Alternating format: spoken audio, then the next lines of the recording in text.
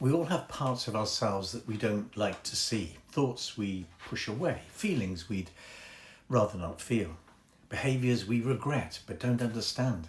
These parts don't just disappear because we ignore them. They get stored somewhere. And in therapy, we often refer to that storage place as the shadow.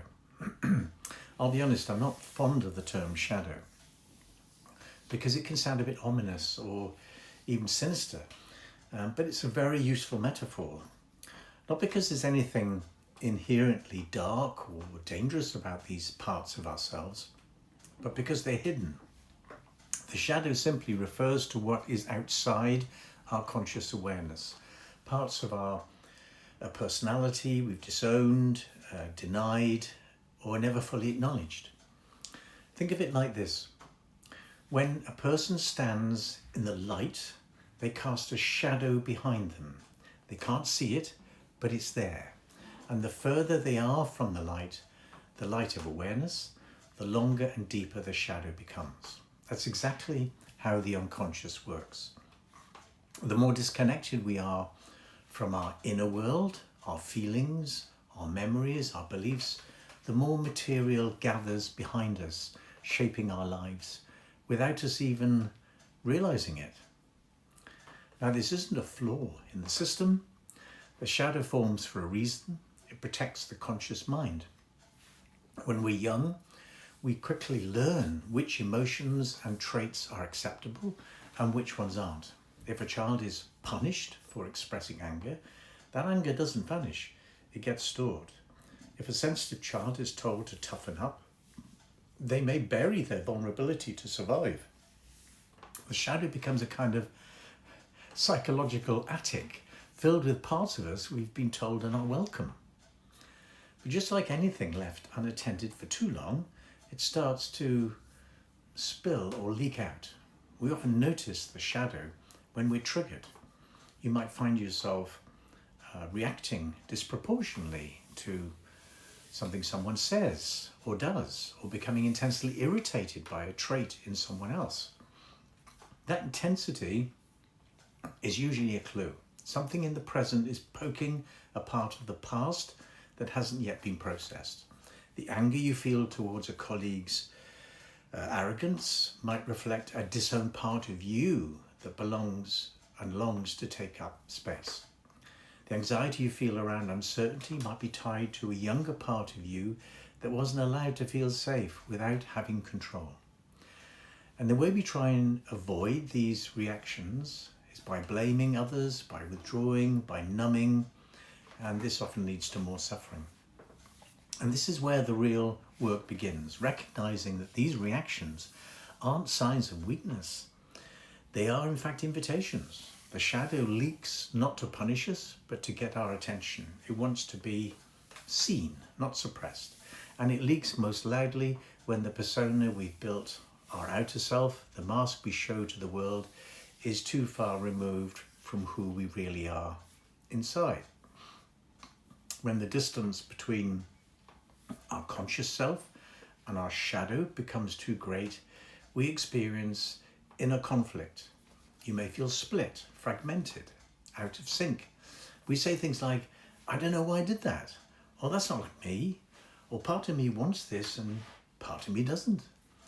These are all signs that the conscious and the unconscious parts of us are not in dialogue.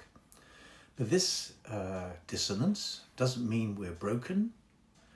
It means we've outgrown the coping strategies that once kept us safe. And the purpose of therapy isn't to fix the shadow or eliminate it, it's to bring it into relationship with the self, to integrate it. And integration means that we stop being afraid of what's inside us. It means we no longer need to project our shame, our anger, or our unmet needs onto others. It means we can hold complexity, acknowledge that we are not just one thing, but many things. We are both kind and selfish, both strong and fragile, both courageous and afraid.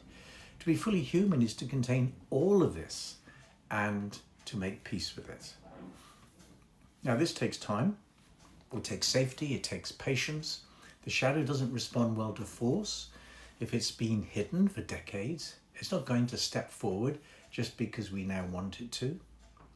But when we start to make space for it, to approach it with curiosity rather than judgment, it begins to reveal itself, often in dreams, in symbols, in body sensations, and in repeating patterns of behavior. And when it does, we begin to feel more whole, less reactive, more grounded, because the split inside us starts to heal. We no longer have to work so hard to keep certain parts of ourselves hidden. We no longer have to perform a version of ourselves that's acceptable to everyone else, but disconnected from who we are and our truth. In this way, the shadow isn't an enemy. It's a part of us that's been waiting to come home. What I want you to hear is this: you are not defined by what you've pushed away. You are defined by your willingness to turn towards it. Every time you acknowledge a part of yourself that you used to disown, you reclaim a little more of your wholeness. And the more whole you become, the less the shadow needs to shout. The more light you shine inward, the shorter the shadow becomes. We all carry unconscious material, every one of us. And in times of stress, that material can get louder. That's not a failure. It's an opportunity. The psyche doesn't bring this material to the surface to shame you. It brings it forward so you can integrate it, so you can move towards harmony, not just within yourself, but in your relationships, your work, and your sense of meaning. You don't need to fear your shadow. You just need to meet it with compassion.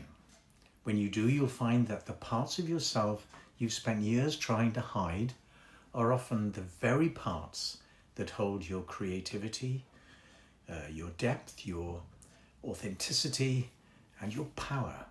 And that is where healing begins.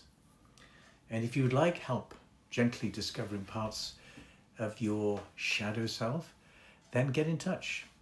Book a free discovery call by visiting my website, and let's see what's possible.